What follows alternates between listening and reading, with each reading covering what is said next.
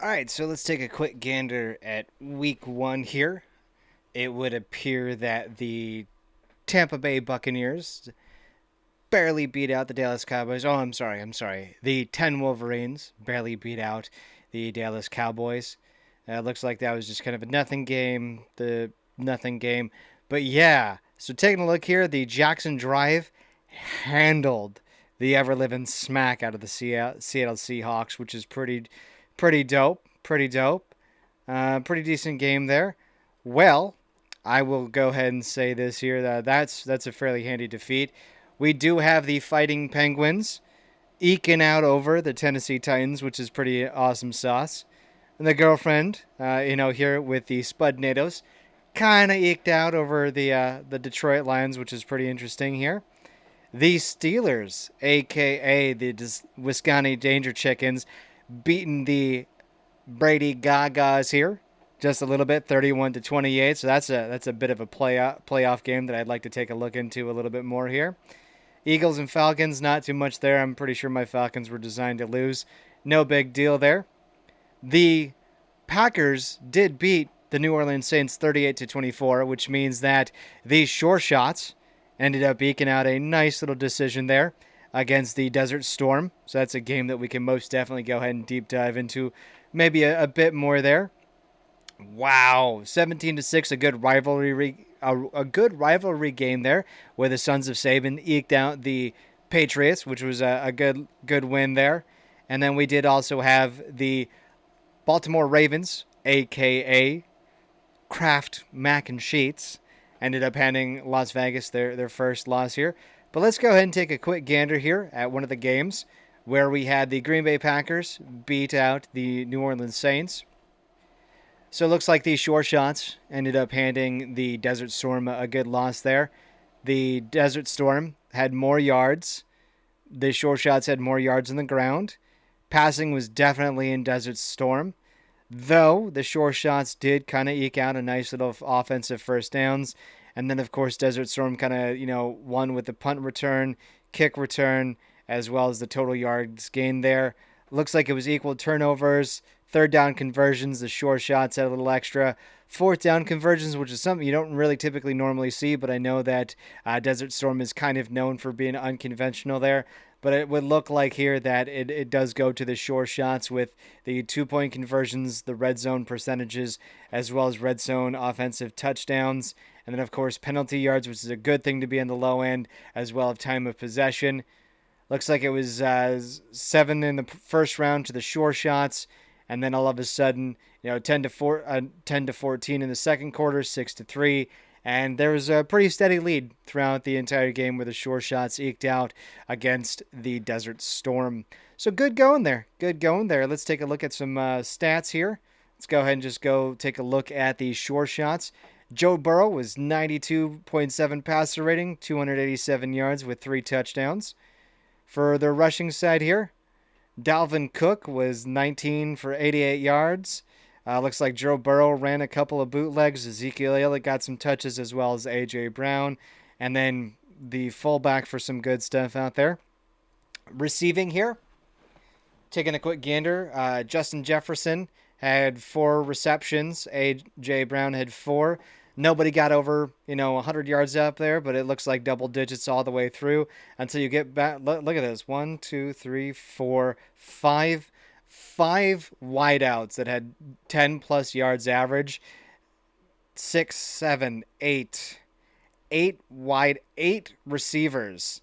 That's pretty good. Everyone's getting some touches there. Let's go ahead and go on over to Desert Storm, where we're going to go ahead and take a look at passing. Herbert was 89.4, 341 yards, a touchdown with an interception there. That's not too bad. Carson Wentz didn't get any playing time. Christian McCaffrey, 15 yards for 15 touches with 61 yards. Herbert had some runs in there. Carson Wentz actually was in for a run, which is interesting. Miles Sanders with a touch for 2 yards there. Receiving, as it were, Dalton Schultz, the tight end, doing quite a bit of work there with 103 yards. Amari Cooper with some big average gains out there.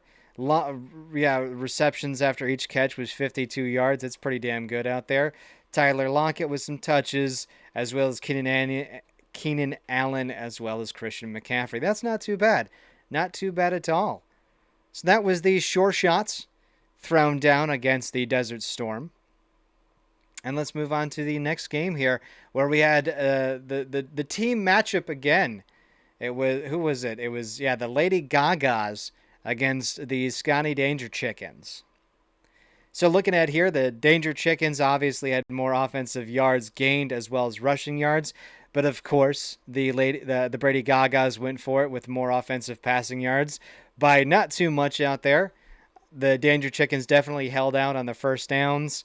The punt returns were actually even Stevens there. Kickoff returns going to the Brady Gagas. The Danger Chickens definitely eked out a bunch over there. No turnovers for either team there.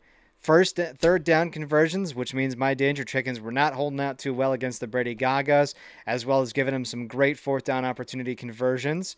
Ended up having more offensive, red zone offensive percentages, even though the Brady Gagas did end up losing, but not by a whole lot. The red zone touchdowns were great. They had 3. One field goal on my side, but I don't really count that as such of a win. Penalty yards, the Danger Chickens definitely held off on those there, and I didn't really dominate on time of possession, which was all right. Taking a look here, basically the Danger Chickens scored in every single half, and then the Brady Gagas had a good second half, a third and fourth half, but that last-minute field goal there in the fourth quarter kind of put everything away for the win. I'm probably assuming that it came down to a final 2-minute drive here. So let's go ahead and jump on over to the Brady Gagas. Tom Brady with a passer rating of 122.4. That's actually pretty typical out there. 269 yards, 4 passing touchdowns, of 0 interceptions with 29 longs, and got sacked twice. All right, I can take that.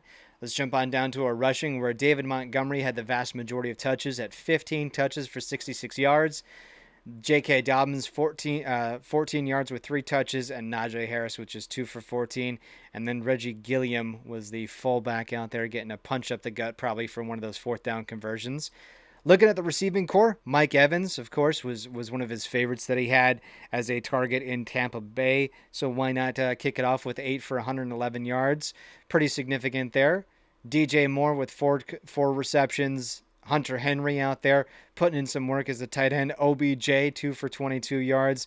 J.K. Dobbins for a touch. But, I mean, look at Brady passing around the wealth again. 1, 2, 3, 4, 5, 6, 7, 8.